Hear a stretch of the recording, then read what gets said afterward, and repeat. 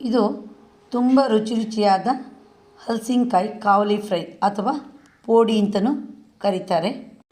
ಎಷ್ಟೋ ಜನರಿಗೆ ಹಲಸಿನಕಾಯಿ ಫ್ರೈ ಮಾಡೋಕ್ಕೆ ಬರುತ್ತೆ ಅಂತ ಗೊತ್ತಿಲ್ಲ. ತುಂಬ ಸರಳವಾದ ವಿಧಾನದಲ್ಲಿ ಮಾಡ್ಬೋದು, ಬಹಳ ರುಚಿಯಾಗಿರುತ್ತೆ.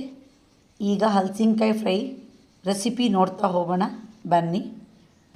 ಹಲಸಿನಕಾಯಿ ಹೆಚ್ಚಿ ಸ್ವಲ್ಪ ಅಗಲವಾಗಿ ಸೇಡೆ ಮಾಡಿ ಇಟ್ಕೊಂಡಿದ್ದೆ. ಆವಾಗ ಫ್ರೈ ಮಾಡೋಕ್ಕೆ ತುಂಬ ಚೆನ್ನಾಗಿರುತ್ತೆ. ಹೋಳುಗಳು ನೋಡಿ ಇಷ್ಟಗಲ ಇರಬೇಕು, ತುಂಬ ದಪ್ಪನೂ ಅಲ್ಲ ತುಂಬ ತೆಳುನೂ ಅಲ್ಲ. ಈಗ ಇದನ್ನು ಬೇಯಿಸಬೇಕು. ನೋಡಿ ಇಷ್ಟೇ ತೆಳು ಇರಬೇಕು. ಒಲೆ ಮೇಲೆ ಕುಕ್ಕರ್ ಇಟ್ಕೊಂಡಿದ್ದೀನಿ. 2 ಲೋಟ ನೀರು ಹಾಕಿದ್ದೀನಿ, 1 ಸ್ಪೂನ್ ಎಣ್ಣೆ ಹಾಕ್ತೀನಿ. ಹೀಗೆ ಎಣ್ಣೆ ಹಾಕೋದ್ರಿಂದ ಕುಕ್ಕರು ಮೇಣ ಆಗೋಲ್ಲ. ಈಗ ಹಲಸಿನಕಾಯಿ ಹೋಳುಗಳನ್ನು ಹಾಕ್ತೀನಿ. ಈಗ ಅರ್ಧ ಸ್ಪೂನ್ ಆಗೋಷ್ಟು ನಾನು ಉಪ್ಪು ಹಾಕ್ತೀನಿ. ಉಪ್ಪು ಕುಡಿಬೇಕು ಸ್ವಲ್ಪ ಹೋಳು. ಇನ್ನೊಂದು ಸ್ವಲ್ಪ ನೀರು ಹಾಕೋಣ. ಹೋಳು ಮುಳುಗುವಷ್ಟು ಕುಕ್ಕರ್ ಮುಚ್ಚೋಣ.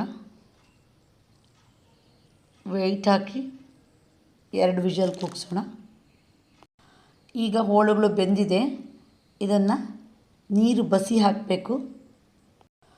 ಒಂದು ಜರಡಿ ಇಟ್ಕೊಂಡಿದ್ದೀನಿ, ಬೆಂದಿರೋ ಹಲಸಿನಕಾಯಿ ಹೋಳುಗಳನ್ನು ಹಾಕಿದ್ದೀನಿ.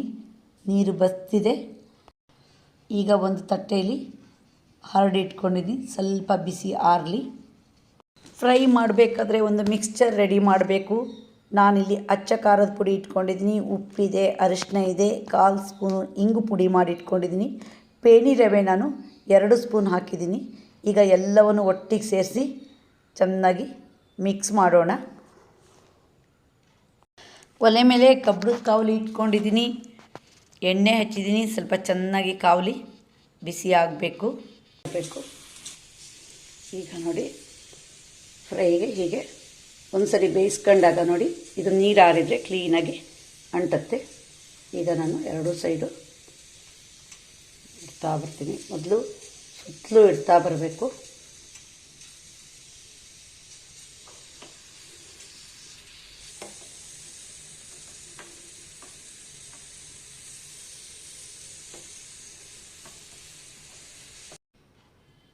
ನೋಡಿ ಈಗ ಮಧ್ಯ ಇಡ್ತಾ ಬರಬೇಕು. ಫಸ್ಟೇ ಮಧ್ಯ ಇಟ್ಬಿಟ್ರೆ ಕರಟು ಬಿಡುತ್ತೆ. ಉರಿ ಸ್ವಲ್ಪ ಈಗ ಸಣ್ಣದಾಗಿರಬೇಕು. ಈಗ ಎಣ್ಣೆ ಹಾಕೋಣ. 2ರಿಂದ 3 ಸ್ಪೂನು. ನಿಧಾನ ಫ್ರೈ ಆಗಬೇಕು. ಮುಚ್ಚಿ ಬೇಯಿಸಬೇಕು. ಈಗ ಮುಚ್ಚೋಣ. ಈಗ ಮುಚ್ಚಿದ್ದು ತೆಗೆದಿದ್ದೀನಿ. ಮೊಗ್ಚು ಹಾಕೋಣ. ಒಂದು ಸರಿ ಬೇಯಿಸಿಟ್ಕೊಂಡಿರೋದ್ರಿಂದ ಬೇಗ ಗರಂ ಆಗುತ್ತೆ.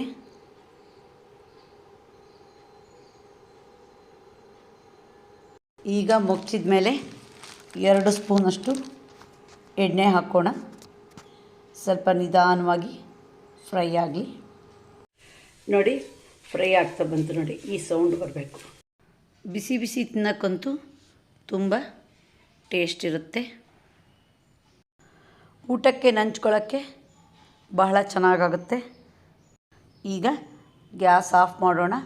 ಕಾವಲಿ ಬಿಸಿಗೆ ಸ್ವಲ್ಪ ಹಾಗೆ ಬಿಡೋಣ, ಗರಂ ಆಗಲಿ. ಹಲಸಿನಕಾಯಿ ತಂದಾಗ ಈ ಥರ ಫ್ರೈ ಮಾಡಿ ಟೇಸ್ಟ್ ನೋಡಿ. ನಿಮಗೆ ಈ ವಿಡಿಯೋ ಇಷ್ಟ ಆದರೆ ಲೈಕ್ ಮಾಡಿ, ಶೇರ್ ಮಾಡಿ, ಸಬ್ಸ್ಕ್ರೈಬ್ ಮಾಡಿ. ಧನ್ಯವಾದಗಳು.